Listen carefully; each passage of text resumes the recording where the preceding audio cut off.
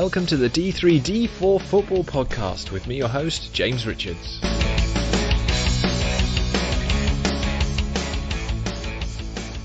Good morning everyone, welcome back to another D3D4 Football Podcast. It is Sunday the 23rd of February. I was at Stadium MK yesterday. It was not a game which I will linger on too long in this podcast because not very much happened at all, but another important win for Russell Martin's men. Plenty of great games, big victories in League One. Rotherham, Fleetwood, Oxford, Coventry, Sunderland, Wycombe.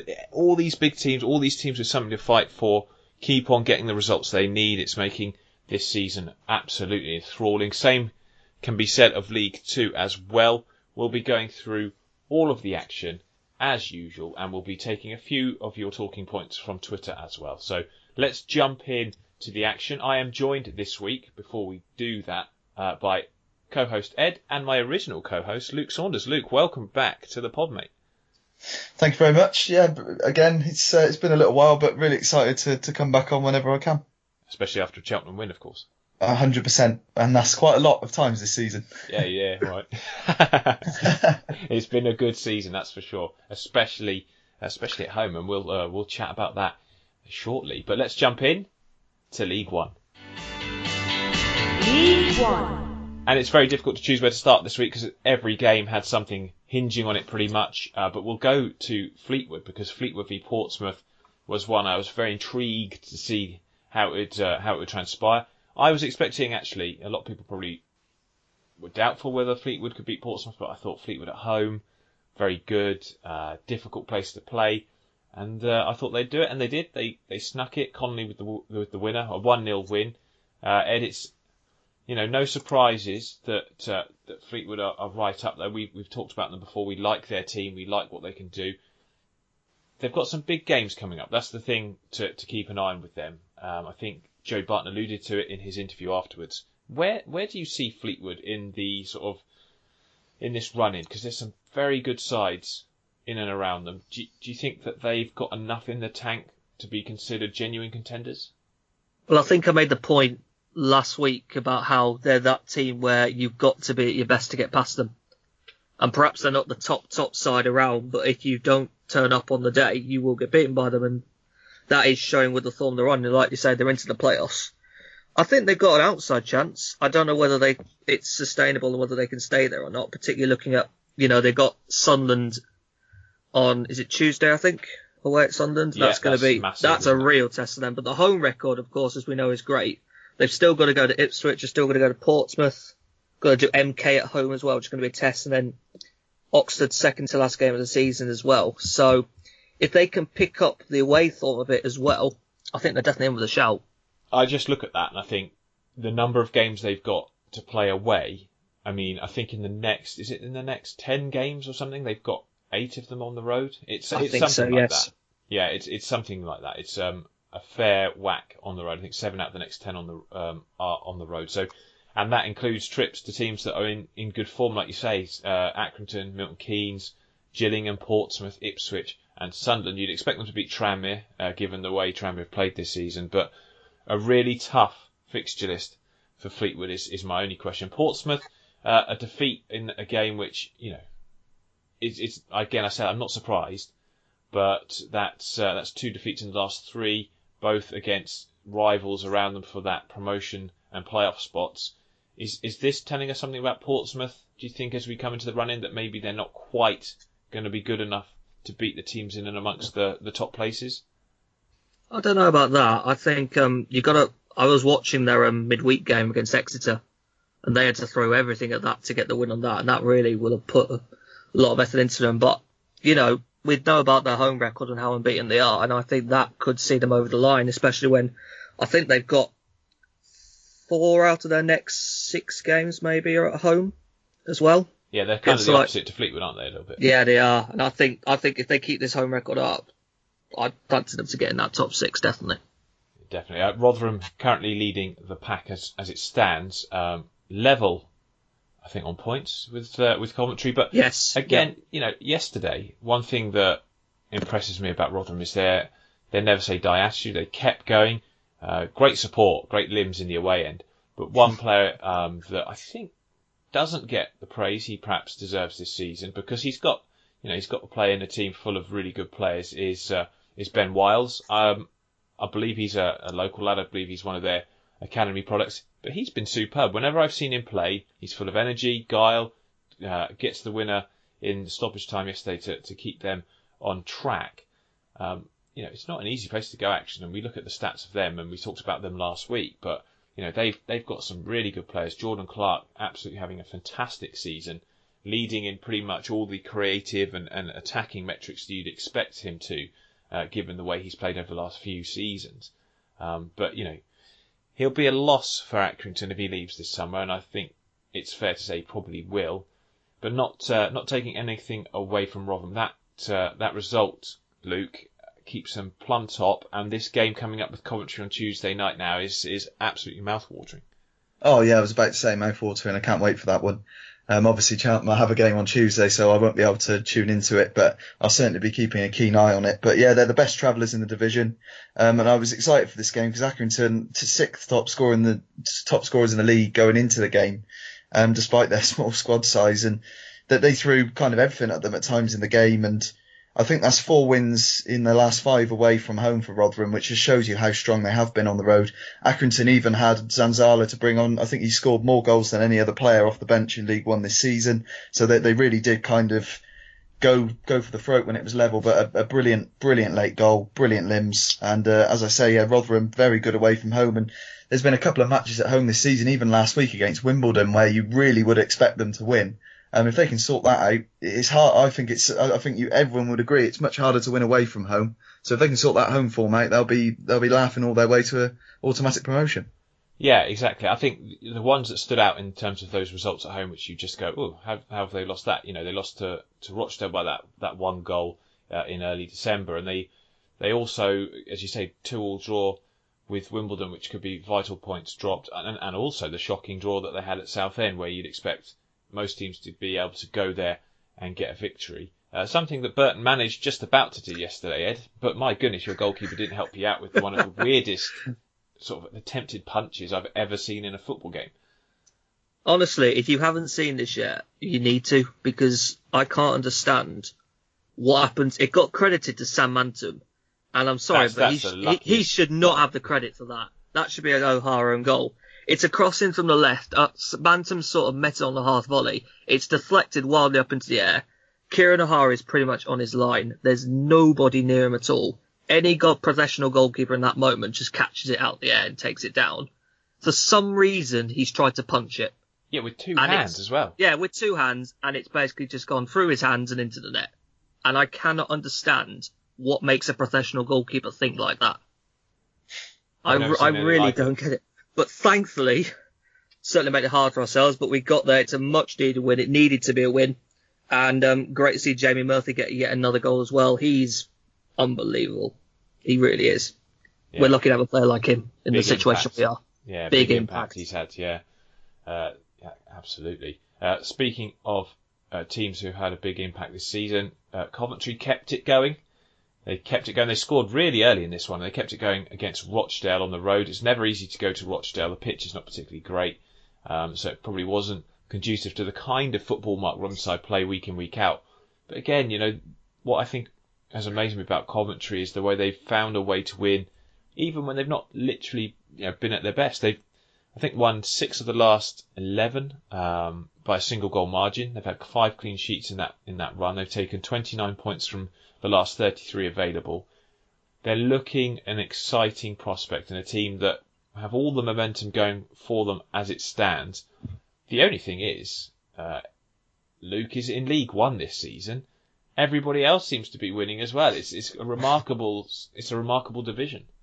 Yeah, that's League One for you, isn't it? But I'm so pleased for Coventry. All the problems they've had over the last few years, they've taken it a notch up from when they came up from League Two. They were a brilliant team. They had some great players. Then a few of them moved on, a couple to the Championship. McNulty, who was their top scorer in League Two, went bouncing around a few clubs and hasn't quite found that scoring run again. But the way they've kind of reacted to it has been brilliant, and fair play to Robbins. But another key figure for them is Matt Godden, and I think that 9 of his 11 away goals this season have come away from home. So it shows you how good he's been at sort of digging them out in these sort of tight matches away from home. And he did it again yesterday with their second in that one. And and they keep on marching on, 5 straight wins, and you kind of laid out some really impressive stats there. And as we talked about with Rotherham, that game on Tuesday is going to be massive. It's going to be huge. I can't wait. Who's at home for that one? It's at Rotherham, I think, isn't it? It's at Rotherham, right? That's going to be fun. Yeah, I mean, it's going to be an absolutely fascinating game. Coventry. Is it Coventry? Is it Birmingham? Oh, it's at Birmingham. Well, because I was just looking here, and Rotherham's home form actually puts them mid-table, which is interesting. I didn't realise that. They've actually got the 11th best home record in the league. Yeah, but their away record is better than anyone else's. Yeah, so and isn't Coventry's home record up there like only Wycombe have got better or something? I think it's 6th at the minute. They're behind Wycombe, Peterborough, Sunderland, Fleetwood and Portsmouth. Oh, blimey. Oh, yeah, of course, Portsmouth must be unbeaten up there. But I don't know. I mean, it's fascinating. And it's not even, let's be honest, this isn't Coventry's home ground. Just mind-boggling. Mind-boggling how well they're doing considering all the challenges they've faced. I mean, that goes down to the entire coaching staff for keeping them on track and just not letting that distract them. But it's going to be a fascinating match. I mean, Wycombe, talking about home form, they picked up a 3-1 win against Tranmere yesterday, keep finding ways to win. I heard a bit of Gareth Ainsworth's interview after the game where, people were talking about them having a wobble and going off the rails. I mean, he quite clearly said, what rails? What rails were we even on? This is a wonderful season we're having. And the fact that after 33 games, we're a point outside the automatic promotion places. All credit to them because, I think the takeover was only ratified this week. So, I mean, the future looks quite bright for them. But as a club, compared to some of the peers that they're challenging in those top sort of 7 in terms of budgets, in terms of size of club history, crowd. I mean, not saying little old Wycombe, but I mean, they've done a fantastic job. Absolutely fantastic job to compete and putting yet more pressure on Mickey Mellon at Tranmere. A poor showing from them. They'll be disappointed to concede more sloppy goals. Not many managers, though, under more pressure than Sam Ricketts going into this weekend, Ed, and he bought himself some time. He did buy himself some time. I don't know exactly how long it's been. It's been a while since they got a win, wasn't it? I think that's their first win in 11 league games. Yes, that's a long time, but it is, hang on in the end. And I think Darren Moore said post-game he knew that he didn't think Doncaster deserved to get anything out of that game anyway. So quite fitting that they end up grabbing the winner fairly late on. David Edwards as well, getting the goal. Legend. Yeah. Long time since he scored, I think I remember hearing as well. So not a bad time to pop up to your first in ages. Yeah. I think his last goal for Shrewsbury was in 2007. Obviously, he started his career there. The great thing about Dave Edwards is he's such a passionate Salopian. He supports this team. This is the team he went to watch when he was a kid growing up. And you can sense when he's interviewed, he so cares. He so cares about the team and he wants them to do well. So a very important goal and a very important 3 points. Doncaster, I've not really been convinced about their promotion prospects, and I think you look at the last couple of games and you sense that they're just not quite there. I mean, they did have some chances in this one. Max O'Leary was back in goal, very good performance from him, but defeats to Shrewsbury and Gillingham on the road have really dented, I think, any prospect they had of getting into the playoff places. There's teams at the moment just flying, and they are not, unfortunately, one of them.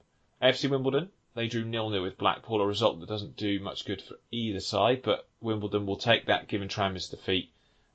Just keeps them bobbing ahead of Rovers, who have really struggled. As we say, Sunderland, let's talk about them actually, because Bristol Rovers continue to be disappointing under Ben Gardner, I think that's fair to say. But Chris Maguire, Luke, Sunderland fans listen to this will know that I'm biased because Chris Maguire is an Oxford legend and is brilliant. However, he does do certain things which wind up opposition players, and in this game, his clash with Abu Gogo is just so typical of him. Got his man sent off, give the Black Cats the advantage. He then goes on to get 2/3, we'll call it, assists. In another, I'm calling it 2. Sorry, I'm calling it 2. It's a lovely performance, though, wasn't it, from him? And it is.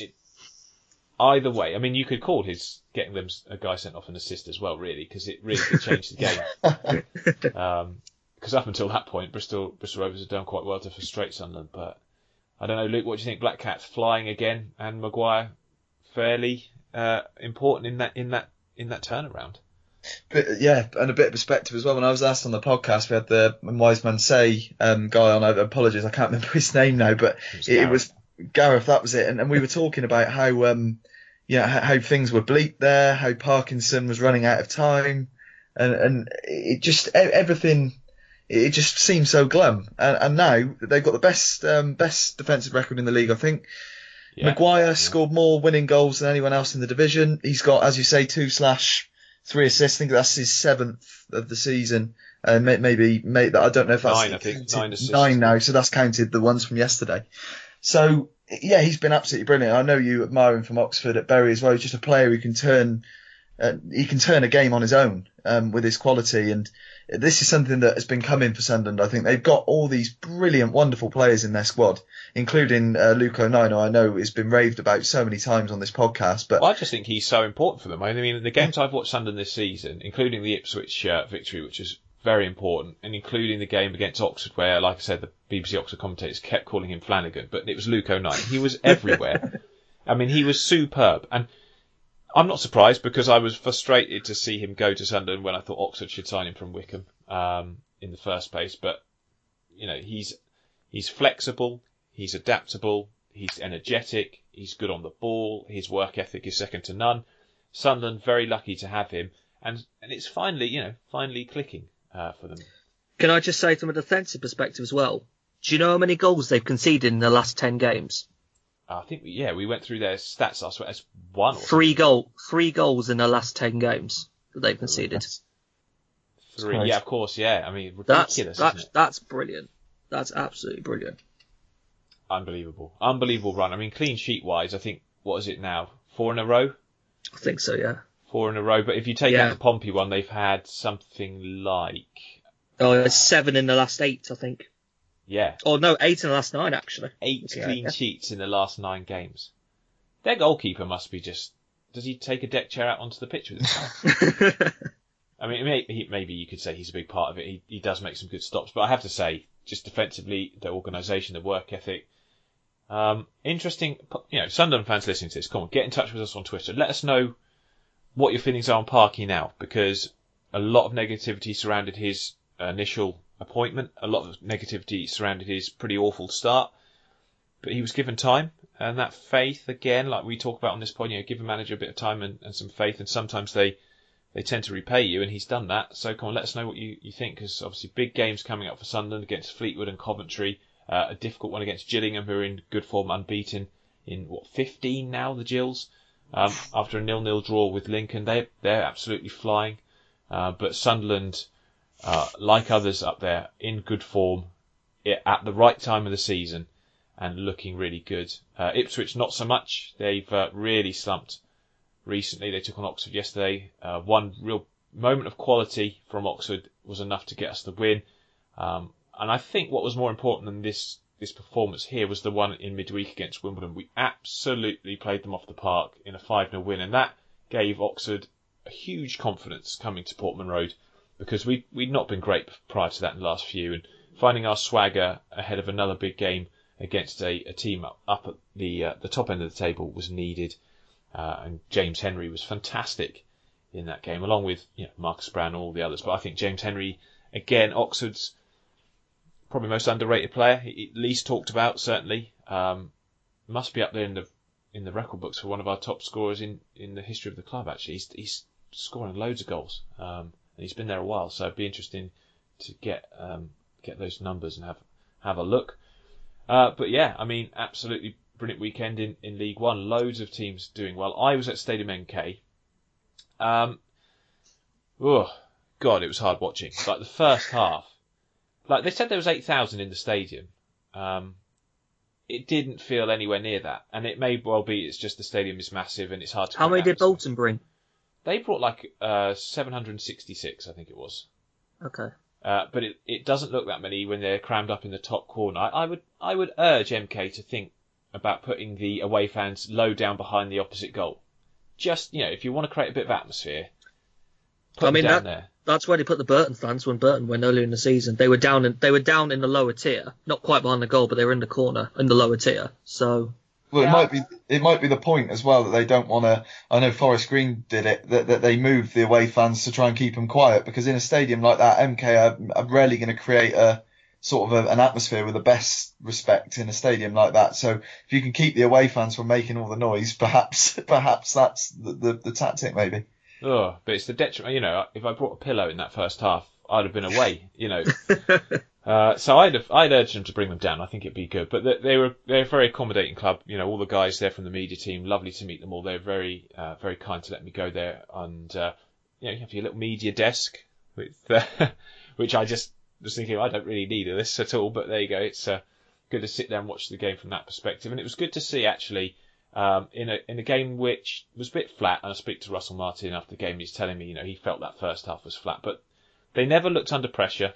They controlled the possession, and that's something that's really impressive about MK Dons recently, especially their form at home where they've won 6 in the last 7, is the way they control the possession in matches, and it's on their terms, and they've been able to do that a lot more in his spell in charge than they perhaps managed under Tisdale, although there were mitigating circumstances. But you know, Reece Healy getting yet another goal. Jonathan Harries sending us a message to speak about him. Well, he's been excellent, but forgive me, Jonathan. I will say he was good, but Alex Gilby's performance stood out, and he did get man of the match, but it was fully deserved. He drives forward with the ball at his feet imperiously. He creates chances. You know, he should have probably. I mean. Should have probably had a few more free kicks going his way because he was a bit manhandled.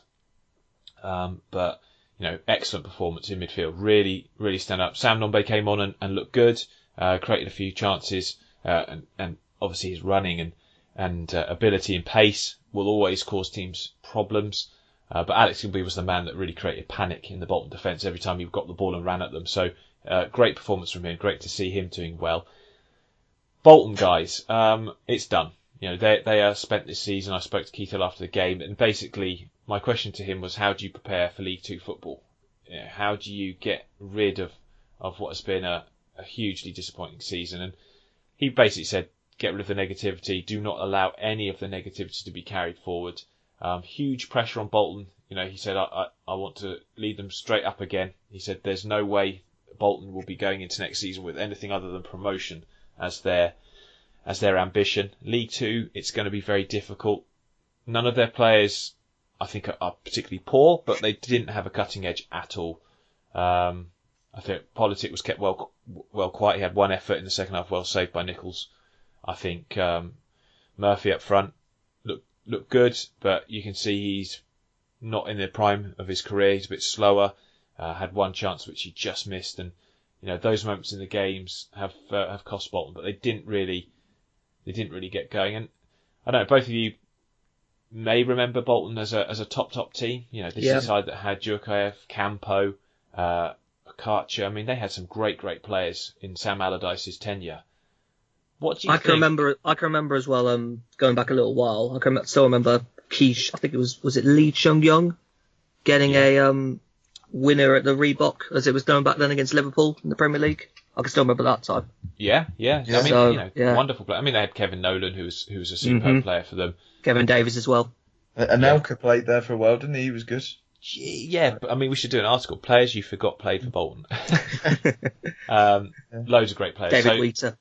My question, I'll go with you, Luke, seeing as you've watched a lot of League Two football, Cheltenham this season. What do you expect Bolton need to do to be successful next season, where they'll be under a lot more pressure? Yeah, I think they've got a great manager, and as you say, you know, it was a game yesterday. Couldn't afford to lose really if they had any faint chances. But I think in League Two, yeah, it's all about sort of solidity. With us, it's finding that system for them. I look at their team; they've got to keep hold of players like Politic, and obviously Murphy may have lost a yard of pace, but I still think he'd be a useful striker in League Two. When you look at the teams that have come up in recent years, like Wycombe, Accrington, who have perhaps not had the sort of quality of the other teams around them, they've just been sort of solid. They've played some good football, but other times they've been able to dig in.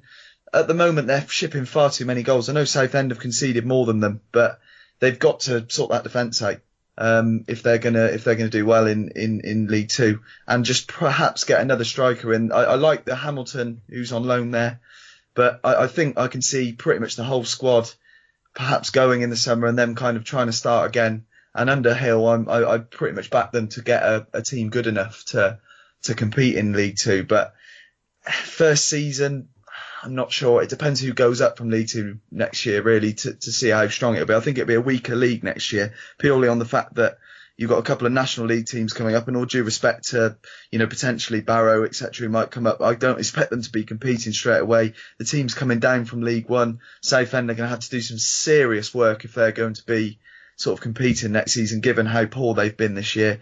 And if you're getting rid of 3 or 4 very good teams from the league, it possibly could be a weaker division next year. So they may have a chance, but there's a lot of work that needs to be done. It won't be as easy as perhaps first thought, that they'll bounce straight back, even though they'll definitely be thinking that. It's a tough division. Yeah, you look at Walsall, you look at Scunthorpe this season. Yeah. It's not been easy at all. You've got to sign the right players. Walsall, and again, they've been okay lately, but they're one of those teams that they signed so many players in the summer that just completely underwhelming for where they were expected to be. There are a lot of players that hadn't quite done well at mid-table clubs in the division. And again, that's all due respect to these players like Elijah Adebayo. He's not really the player you'd expect to fire a team out of division.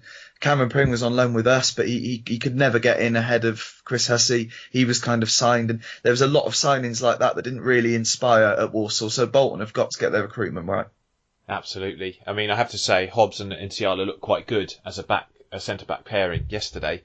Don't know how they've looked generally. Bolton fans will feel free to let us know about that. But Nsiala made a great clearance to stop recently sealing the victory in a sort of a better fashion when he came back and blocked it on the line with a great sliding clearance. Wonderful stuff. But yeah, they're spent, and it will be interesting to see what happens with them. I hope they keep Keith Hill. I know Bolton fans are a little bit dubious, but I think you know his record, and his sides do generally play good football. So it'll be good to see how he puts his stamp on the team next season in the 4th tier.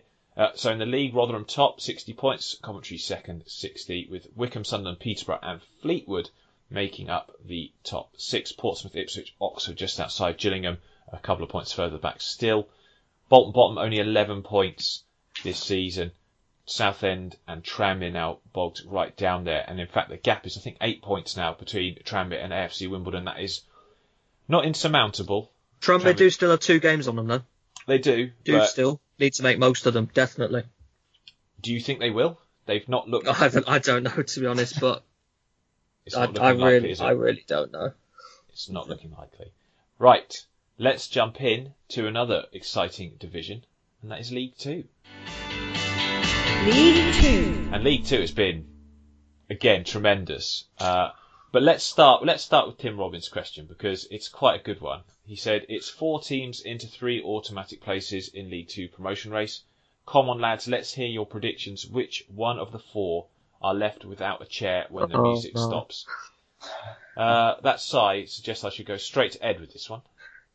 Right. Okay, this is going to upset some people. Can I just say, though, I actually would not rule Cheltenham out of this just yet. I think with the form they're on and the fact that defence is phenomenal, 26 conceded, I think it's the joint best in the Football League alongside Sunderland at the moment. Yeah. So absolutely. And also they've got a game in hand. And how many games have you got left at home, Luke? Quite a few.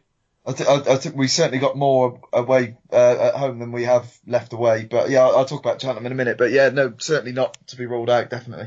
Yeah, not ruling them out. I do like their attacking depth as well, the depth and attacking options they've got, certainly. Yeah, but mere 8 strikers, all right for some. You're asking me for 3. I look at Swindon, I think definitely with them. I think they're the best side in the division. Always look capable of scoring. They've been up top. They've been up there for so long now. And they've even done it with loads of injuries, haven't they, as well? Yes, as well, and they have. But they're still, similar to Cheltenham, they've got a great number of attacking depth as well. With the attacking options they have, goals can come from all over the pitch. Week on week, I'm getting more excited and agreeing with Crewe going up. Yeah. I'm looking at them. Particularly, for me, it's the fact that if it did come down to the last day, and you needed a 90th minute winner to go up, out of those sides, I'd back Crewe the most. Well, they got Charlie Kirk, Yes. and he's Exactly. quite good at that. Exactly with that. The third one is so difficult to call. But if we're going on the assumption that Cheltenham just miss out, I am looking at that Devon derby on the 23rd of March, which, by the way, is on a Monday, and I don't get that. It's on Sky, though, isn't it, now? It is on Sky, but it's been moved to a Monday after Exeter fans have already started buying tickets, which is not ideal for them. No, And not at all. it's a major inconvenience for some of them who aren't going to be able to go now. But I look at that game on the 23rd of March, and that could decide it. I know there's still a few games left after that, but it's so close between those two at the minute. I look at the winner of that and probably back them to go and do it. So I Okay. reckon Swindon Crewe, and then the winner of that Devon derby. I'm going to go with that. That's going to upset some people. Okay, so you haven't told us who that third team is. I'm going to jump in before you announce, and I think I'm going to go with Swindon, Crewe, and Plymouth. Not that I don't like Exeter. I just think I've got to pick one as it stands at the moment, and I just think Ryan Lowe's been there, done it.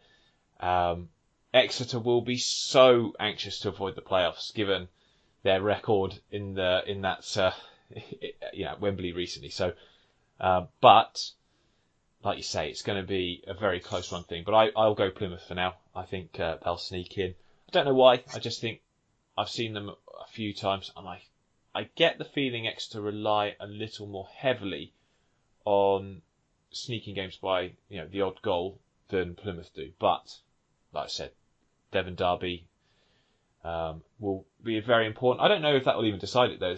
There's so many games left. There's plenty of twists and turns remaining in this season. It's difficult to call, but I'll go for the sake of not sitting on the fence. I'm going to go with Swindon, Crewe, and Plymouth. And I'll agree with you on that as well. Okay, so we've got Luke not backing Cheltenham, so I'll just give your boss a quick call and let him know that you'll be needing a P45. Do you know what? I'm gonna go 3 out of 3 and go with Plymouth, but I think it could come down to the last day. It's going to be great. It's going to be a great battle. It's going to be great. Unlike the Premier League, which is already sewn up, we actually have proper jeopardy and proper excitement in both divisions this season that are going to go absolutely to the wire. It's why we love these leagues. They may not have the silky football or the glamour or the big money, but at the end of the day, these are great clubs supported with fans that go week in, week out across the country to support their local side. And, it's a lot of fan, how much do you emotionally invest in a season as a supporter? Just a single season. People do this for a lifetime, support their club week in, week out. It's huge. And to come down to such slim margins as one derby result, one goalkeeper punching the ball into the back of his own net, it could be anything. One referee, if you're looking at Crewe losing to Plymouth, and that could be decisive. You're looking at the referee's performance in that game. David Artell accused him of lying to him twice this week. I thought, there's so many things that you can swing a season, and you want it to be, and generally it is, the teams that deserve to win do win. But Luke, let's get your thoughts on Cheltenham then, because you're kind of ruling them out of automatic. Now that is, when we spoke to you at the start of the season, we had you on our preview pod. We were talking about you being happy with the top half finish, generally speaking. Yeah. I mean, you've already exceeded all expectations. So tell us about your form. Tell us about what you're seeing from this side, because it's been a tremendous campaign, hasn't it? It has, yeah. As you say, exceeded all expectations. The reason I say that and why I keep us out is purely because we're underdogs. The team like that mentality. Michael Duff likes that mentality. We take it game at a time. There's no pressure on them to achieve anything. Even at this stage, the way that we're playing, there's still no pressure on them to do that. I'm sure they'll put pressure on themselves, but from sort of outside and around the club, it's not a case of you need to do this now, because we completely weren't expected to be there. Everyone expected an improvement this season under Michael Duff, but not to the extent that it has become. Least defeats and least goals conceded, as Ed alluded to. Lost 3 home matches in the last year in League Two. 15 points from 15 at home in 2020. Game in hand, a win on Tuesday will take us 2 points off the top three. It has been outstanding. And can you also tell me when you last lost by a single goal in the league? Because it's not happened this season. At home or anywhere? I mean, I'm looking back at your record. You've lost what, 5 games this season, 6 games, and you've not lost... you mean more than a single goal? Yeah, you've not lost a game. More than a single goal. Goodness me, that would be. Got beaten by Port Vale in the FA Cup. Yeah, that's the only one I could find. But in League Two, I would probably go back to the last game of last season, Stevenage. I would imagine 2-0. Crazy. If I'm thinking, I could be wrong, but that's what I'm thinking League Two wise, which shows you just how solid we have been. And it was again a case yesterday where it wasn't the best performance, but got over the line. The key thing that Michael Duff has done well and the coaching staff have done well there is managing players as well. And when we last played Mansfield, both Luke Varney and Ruben Reid, who you probably consider the stellar strikers in this squad, were out. And we were missing a couple of other players as well. And Jonte Smith and Alex Adai started up front. And they both played brilliantly, and we beat them 3-0. But the one thing that now is probably the fittest the squad's been in a very long time is Ruben Reid and Luke Varney have been rotating. And they've been sort of swapping for each other. And as a result, since Varney's come back from injury, he hasn't scored yet. But Ruben Reid has 3 goals in his last 3, and he only started one of them.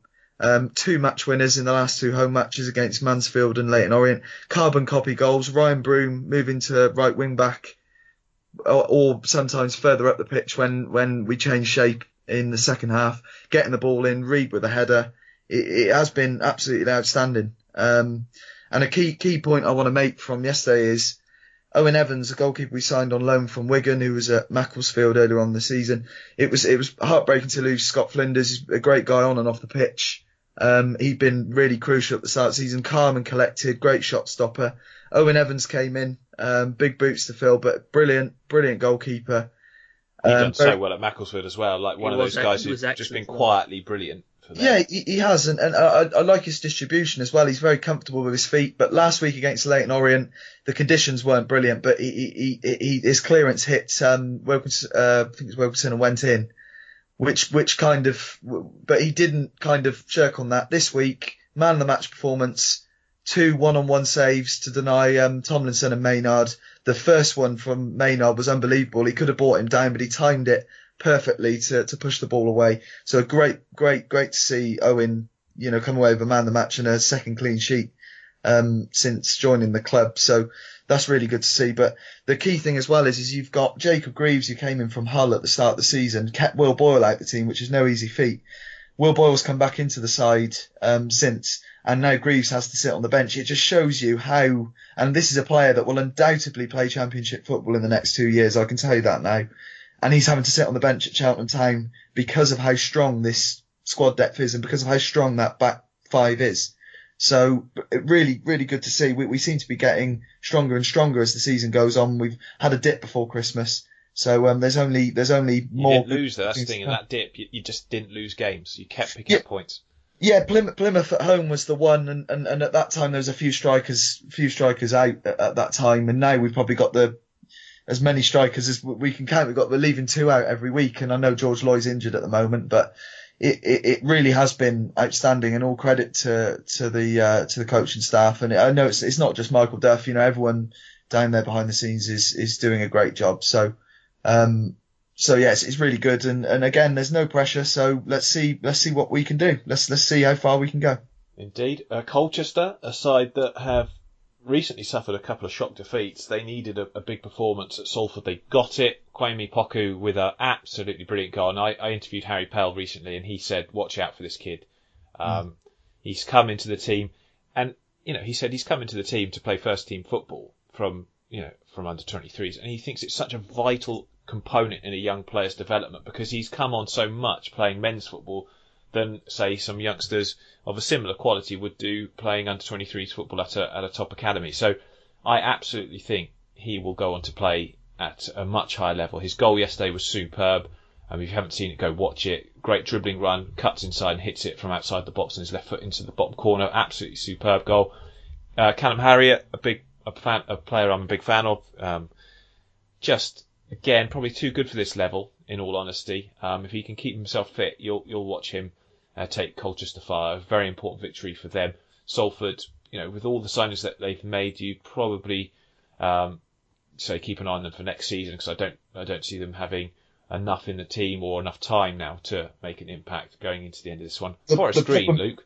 I was just going to say the problem with Salford is, as well, as I don't know if you noticed, their away form is really good, but at home, that's been their downfall, really, considering, like you say, the signings they make. But I think they haven't won in 7 at home, and I think that's been their downfall. They've been really good away. They just cannot get a result at the Peninsula Stadium. Yeah, it's strange, isn't it, when a team really struggle? Maybe more pressure on them at home. Maybe the style of play that they employ. A lot of teams who counter well are much better on the road. So perhaps it's something to do with that. But I was going to say, Luke, Forest Green, to not to increase your joy too much this morning, seeing as you're talking about champ, but they've been woeful, haven't they, recently? I mean, their form has completely dropped away. A 1-0 defeat yesterday at Scunthorpe. Not a great performance. Not a great game, according to fans that were there. But Forest Green season, I just don't see them getting back in the playoffs now. I know it's not insurmountable, but I just think they're done. I think the season's gone for them. Yeah, it is very much looking that way. And 2 wins in 20 for them, bottom of the form table. And it appears Mark Cooper has lost the support of most of the fan base. I don't want to sort of divulge too much, but it's well known he's a tricky character sometimes. He is, yeah. And he's not really doing himself any favours here. But where it's gone wrong with them, I think Carl Winchester, obviously formerly at Cheltenham, has kind of been brilliant for them, sort of taking the captain role. He's been man the match their last 6 matches, I think, and constantly their top performer. But the key for them is so many individual errors. They've gone through goalkeepers, like, I don't know how many goalkeepers they've gone through this year. They've had 4 goalkeepers this season. Yeah, Thomas, Smith, Wallacott, and Logan now. Yeah, Smith came in on a long-term deal. Started, then he was sort of binned off. I think Wallacott came in, he was binned off, and then Thomas came in, he was binned off. Then Smith came back in, he was binned off, and then Logan came in, and now it's Thomas. Yeah, exactly. Logan came in, and now it's gone back to Thomas. So the way they play, they've never really found a goalkeeper that can do pretty much everything. I think the best one they had is the guy, I think, is it Ward, who's at Exeter, who's injured. He was probably the closest they've had to the goalkeeper they could have kept, but in the end they lost him. He made a lot of signings in January, Mark Cooper, and they haven't really paid off. Odin Bailey looked the most promising. He's now injured. Yeah. George Williams has come back from injury. That's positive, but that they seem to have lost that solidity at the start of the season. They were defensively solid. Liam Shepherd and Joseph Mills, their 2 best players, are out injured. Their defence changes every week. They're making individual errors. Their shape changes every week. Changes every week. I think that's pretty much is curtains this season for them. But the question is now, Dale Vince is quite strong on his views, and I'd be very surprised if Cooper went anytime soon. But their form is shocking. And there's a bit of a problem coming up for them, because they've got Leyton Orient next week, and there's a bit of controversy in that fixture, considering what happened at their ground earlier on in the season, with comments. So the pressure is going to seriously be on Cooper and Forest Green in that game. So it'd be very interesting to see. When's El Glossico? Sorry? When's El Glossico, as we like to call it? I think it's the 28th of March we go there. 28th of March. Funnily enough, it all completely unravelled for Forest Green after they won at the Johnny Rock Stadium. There were some very strong celebrations in that game. Very strong celebrations. So, and it hasn't really gone too well for them since. So that is going to be a very, very big game. And if Cooper is still in charge, there's going to be a lot of pressure on that game. So yeah, looking forward to that one. Yeah, it promises to be a very good game. In talking of pressure games, Northampton beat Exeter 2-0 after a 3-game losing streak. Very important that they ended that, and they did that superbly. I will just say, actually, I had an interesting debate, shall we call it, with another stat account on Twitter this week, who claimed that Nicky Adams had created a chance every 3.9 passes he makes.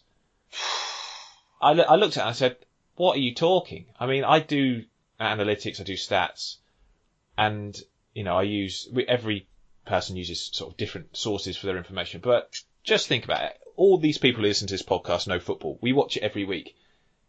How can any player honestly create a chance with every 3.9 passes he makes. It's just unrealistic. So I worked it out and I said, actually, he's done it every 18 passes he makes, and that is tremendous. That is really impressive. That's very, very impressive. Nicky Adams is bossing it this season. Every 18 passes he makes, he creates a chance. They then came back to me and said, no, you're wrong. And I did get it wrong, they said. But it's actually every 5.2 passes he makes. So that's the actual figure. And I thought, what are you talking? Do you watch football? What are you talking? I doubt Messi gets anywhere close to that. And he's probably the most naturally creative player in world football. I'm sorry, but that just annoyed me slightly because I thought, come on. You're atting clubs. You're trying to get credibility. You're trying to get fans to retweet this. And it's utter garbage. I'm a huge fan of Nicky Adams. I've interviewed him. He's been on our podcast. He's one of the best players and most creative guys that you can have. He puts in more crosses than pretty much any other player in the history of League Two football. But, come on. Creating a chance every 5 passes, that player would have like about 40 assists across the season. It's just not realistic. But anyway, Northampton, massive victory. Really important win. Again, throwing a few doubts on Exeter, who have at times struggled. I mean, they've had a few defeats on the road, and you can't really criticise them because they probably put a lot of effort into that game, like you say, Ed, against Portsmouth. So, crushing blow and for them to lose that. But yeah, Northampton was arguably a more important game and a big win for them. Plymouth 0-0 with Cambridge. Cambridge really improving. I think Mark Bonner deserves the opportunity to take this club forward. I know we say it with caretaker managers, but you have to be a bit careful. But still, I think he deserves it. He's done a tremendous job there. Swindon, as an Oxford fan, sometimes it pains me to say this, but they are the best team at this level, and they consistently produce wonderful performances. Another great effort yesterday. Jerry Yates getting on the score sheet, just showing how good they'll be. Like Ed, you say, you can't see them falling away. It's unlikely that they will, given how well they've played, considering all the challenges they've had with injuries to key players, especially their centre-backs throughout the campaign. Been brilliant. Cheshire is red, it turns out, after Crewe beat Macclesfield. Ed, Crewe, gone. I mean, they've been brilliant, haven't they? They've been absolutely phenomenal. Like I said earlier, I'm just week upon week, I'm getting more convinced with this team. I think at the start of the season, I felt they were kind of a season or so away just because of the age of the team. But they just look one of the best sides in this division easily. And you got the likes of Perry and G, you got Harry Pickering, Tom Lowry, Ryan Wintle, Oliver Thinney, Charlie Kirk obviously at the front as well. And then Chris Porter from the penalty spot. That's how you score a goal. Unlike last week. Very relieved that went in. Very relieved with that, you can tell, but got the win. Comfortable, and I think they'll be one of the 3 teams going up now. I really do. And their home thought, I think they've won the last 7 home games in a row. Yeah, I mean, fans were raving about Walker as well. Yes. Yeah. Who I thought, people talk about his performance there. I thought he was excellent against Plymouth and was just a bad refereeing decision away from getting, what was a blatant penalty. So I wasn't surprised at all to see him in flying form again for this one, and a great finish to make it 2-0. So Crewe certainly got wonderful credentials, and I think it's not easy beating Macclesfield. Teams are really struggling to beat this Macclesfield team. They've got a lot of fight. They're very organised. Mark Kennedy's done an excellent job since he's come in under unbelievable circumstances. So Luke, Port Vale 2-2 at Walsall. Great crowd followed them there. Do you see Port Vale? I mean, the fact that they're in the playoff race is testament to probably how well they've done this season, because I don't think many would have expected them to be quite this far ahead in the campaign. It's more of a transitional season expected. Oh yeah, 100%. But the thing is, you look at that support yesterday, unbelievable. I think it was 2,300, which is more than certain teams get at home. But that team has been they've kind of been struggling for a few years. They've kind of been in the mid-table doldrums and haven't really achieved much, being such a big club. But when they do get going and when they do start performing, the fans get behind them. They took 8,000 to Manchester City in the FA Cup. They took I think they'll probably take a very big crowd to us in a few weeks. So the fans are behind them. They've got a brilliant squad. I think when they beat Colchester 3-0, they were missing key players, including Tom Pope, who was suspended. They are very, very good. They had 3 wins in a row against teams in and around them before this game. Walsall have improved slightly, so a draw there I wouldn't say is a terrible result, although they did take the lead twice, I think, didn't they? Yeah. So that will be a bit disappointing, but they've got someone like Mark Cullen in the absence of Pope, who looks to be he's a completely different option to Pope. Leon Legg, who kind of had questions over at Cambridge, has been brilliant for them this season. He's chipped in with a few goals. Really impressed with the side. When they came to Cheltenham in the FA Cup, for 15 minutes, Cheltenham were in complete control, but they showed what they can do. When they get the ball wide, they're always looking to get balls into the box. And when you've got players like Pope on the end of it, you can't stop them. So they know their strengths, they play to their strengths, and I think they will be one of the teams in that top 7 and it's going to be a tight call, but I do believe they'll get in there. That'd be amazing. So, and fair play to them. They've done really well. They play an organised 4-3-3, and it works very well for them. They've got, David Worrell, for me, has been their standout player probably this season. But he's brilliant.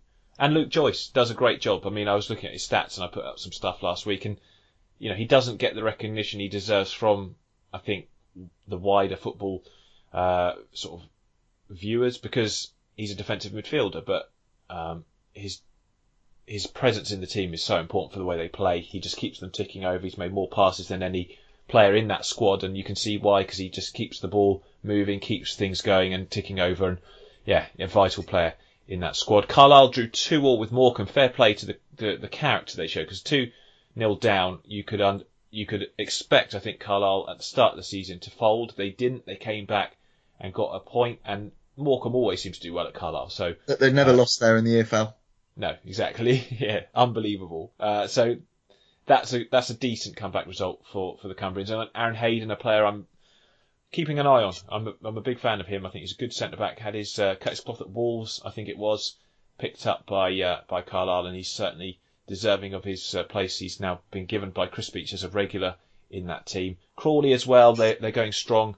Another nail in Stevenage's coffin. Alex Revell's first game in charge, but it couldn't reverse the form that they've been going through. Bez Labala, good to see him back amongst the goals, because he's been one of the good news stories in the season for Crawley. And I think they could be one to watch next season. If they hadn't had that bad run, they'd be a lot closer to the playoffs. And I think they've got a squad there that's quite exciting. And you never know. There's still a lot of games to go. They could still push even higher. But if they finish top half, top 10 even, that'll be, I think, a very good season for them. Leyton Orient and Oldham drew 2-2. Dino Murray taking his side down to London. A 2-2 draw. Not a bad result. Nice to see Zach Durnley getting on the score sheet, because he was released. He went to non-league football. He's come back and he's done very, very well. And Dino Marmia, for all the detractors that he seems to have on Twitter, I think is very good at getting the best out of young players, and Zach is another example of that. So yeah, he'll be pretty pleased. To end the podcast, we'll have a quick chat on Newport, because Newport and Bradford. Newport winning 2-1. They needed that victory. They've had a terrible injury crisis. They obviously lost on penalties to Salford in the EFL Trophy semi-final, so gut-wrenching. But to come back with that one, Luke, great character, but not been a good start from Mr. McCall, and Bradford look like they're only going in one direction as it stands. Yeah, this game, it was one of those, second best defensive record versus fourth going into the game. It teased a low-scoring contest, and I think it was 2 or 3 goals at half-time, which always happens, always goes against the stats. But yeah, we'll start with Newport. I think they've still got 2 or 3 games in hand, and even with a win yesterday, they seem to kind of get in with a chance of making that run that they did last season towards the playoffs, and then they kind of lose a game, then win a game, then lose a game. So I think they're just a little bit worse off than they were last year and may miss out. But a great win. 2 centre-backs, 2 defenders getting on the score sheet for them. But Bradford City, they just haven't had that bounce under McCall yet, have they? They're losing far too many of these games, especially away from home. And I think, like Forest Green, they're certainly within touching distance still of getting back in with a shout at the playoffs, but certainly closer than the likes of Forest Green are. But they've got to start winning matches. And usually under a new manager, you have that bounce. They haven't quite had that yet. So that they made a couple of changes in January. Obviously, Doyle, when he came back, didn't hit the scoring form that he did at Swindon, but I think they brought in Novak and Guthrie. They haven't hit the ground running just yet. And it's hard for Bradford. They're a team with such high expectations. They've got a lot of very good players, but from what I've seen of them, they don't play the best football, considering the quality they have in that team. Their pitch isn't brilliant for that, I must admit, but they would have expected to at least get in the top 7, so it really is a tough ask for them now, I do believe, though. Yeah, well, they beat Stevenage, and that's McCall's, I think, only win. But it's the away form where they've really... I mean, at home, they've been not too bad. Away, they've won 3 all season. I think they're in the bottom sort of 6 for away in the away table, 7th from bottom. 17th from away form. Yeah, it's not good enough. 4 straight defeats on the road, in games that they led as well. They led at Cambridge, and then they were overpowered. They led at Newport and were overpowered. It does suggest there's something missing. The character is not quite there. And difficult season they suffered last year. I do wonder if there's a bit of a hangover. I don't know, but it looks so promising for a while. It's not turned out to be the case, and it leaves them looking in from the outside. And I'm not convinced from what I've seen recently that they're going to be able to get back in there. But as it stands, Swindon top, Crewe second, and Exeter third, all within 3 points of each other. 1 point behind Exeter are Plymouth, who we've all backed to finish in the top 3. So we'll see. Exeter, the side we think might just drop out, but again, so tight to call. Cheltenham, Colchester, and Northampton, the other 3 sides with Plymouth in the playoffs as it stands. But Port Vale, the team that look in form enough to break in there. Bradford, Forest Green going the other way. Cambridge, too many points back, 10 points back. So it looks a big ask for them. Stevenage, the gap it's looking too big, isn't it? Let's be honest. They aren't winning. They aren't playing well. They've had, I think, just disappointment after disappointment this season. I hope Alex Ravel can turn them around. He's a great football guy. And I think the fans will take to him hugely. But again, an all too familiar tale with that defeat yesterday. Morecambe and Macclesfield looking a bit safer. Mansfield will want to put this season behind them quickly. Definitely. They've been so disappointing. Oldham, again, another disappointing campaign for them at this level.